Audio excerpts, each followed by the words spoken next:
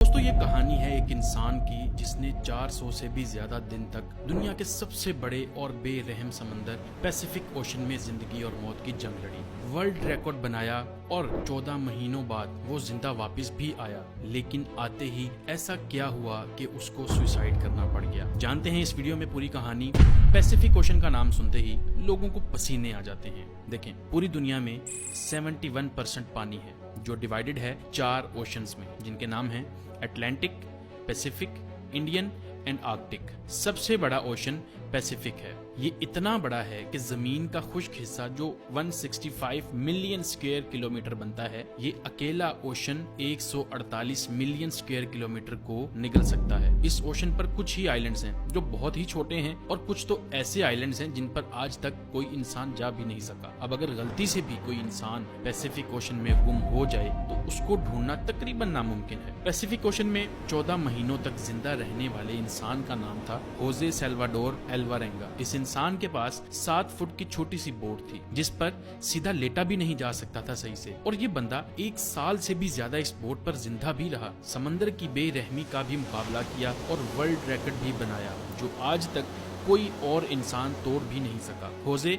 सिर्फ अपनी किस्मत से मजबूर था कि वो इस बदतरीन मुश्किल में फंस गया। ये बात है 2012 की। होजे 36 साल का एक तजर्बाकार मछेरा था जो मेक्सिको के एक गांव कोस्टा अजूल में रहता था। 17 नवंबर 2012 में होजे और उसका एक साथी मिलकर फिशिंग करने निकलते हैं, मामूल की तरह अपनी 7 फुट की छोटी सी बोट पर। इस बोट पर वो ज्यादा दूर जाके मछली नहीं पकड़ सकते थे क्योंकि बोट बहुत छोटी थी जिस पर एक इंजन और एक ही फ्रिज था, तो ये कुछ ही मछलियां पकड़ सकते थे। दोनों ने 30 घंटे में वापस आने का फैसला किया। दोनों निकल पड़ते हैं। मेक्सिको के साहिल से 120 किलोमीटर दूर अपना जाल समंदर में बिछा रहे होते हैं कि अचानक एक खतरनाक समुद्री तूफान उनको अपनी तरफ आता नजर आता है। वक्त बचाने के लिए वो जाल को भी वहीं छोड़ देते हैं और बोट को फुल स्पीड पर भगाते हैं। मुसलसल 6 घंटों तक वो साहिल से सिर्फ 20 किलोमीटर ही दूर थे कि बोट का इंजन अचानक खराब हो जाता है। उनको साहिल भी दिख रहा था और उनका गाँव भी। तूफान काफी पीछे रह गया था। उनके पास एक रेडियो था जिसके जरिए उन्होंने अपनी लोकेशन अपने बॉस को भेज दी और जवाब का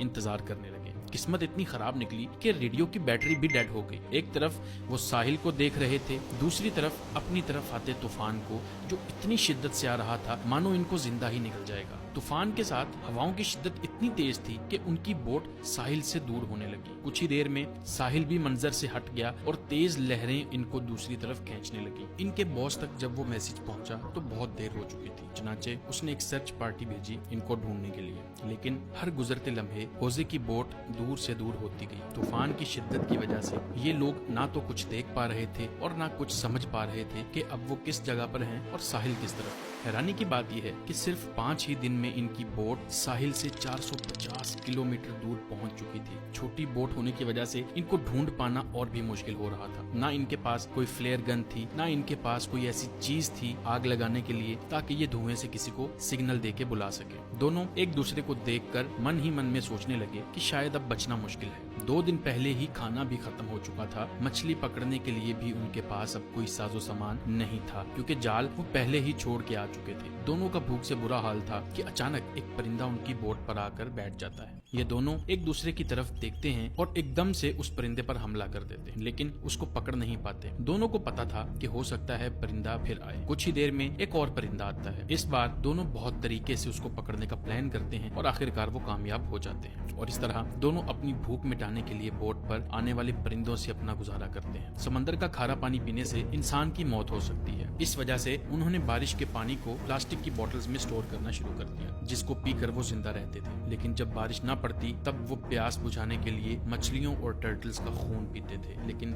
वो भी तब जब वो उनको पकड़ने में कामयाब हो जाते थे। दिन गुजरते गए और फिर महीने। ये दोनों जिस मेंटल टॉर्चर से गुजर रहे थे वो इमेजिन करना भी हमारे लिए बहुत मुश्किल है। आखिरकार होजे का साथी ये टॉर्चर बर्दाश्त न कर सका और 4 महीनों के बाद उसने सुसाइड कमिट कर लिया और अब बोट पर सिर्फ होजे अकेला था और उसके चारों तरफ पानी ही पानी था जिसको देखकर उसको जिंदगी की कोई उम्मीद बाकी नहीं नजर आ रही। लेकिन अपने हालात से तंग आकर वो जैसे तैसे जिंदगी गुजारने लगा।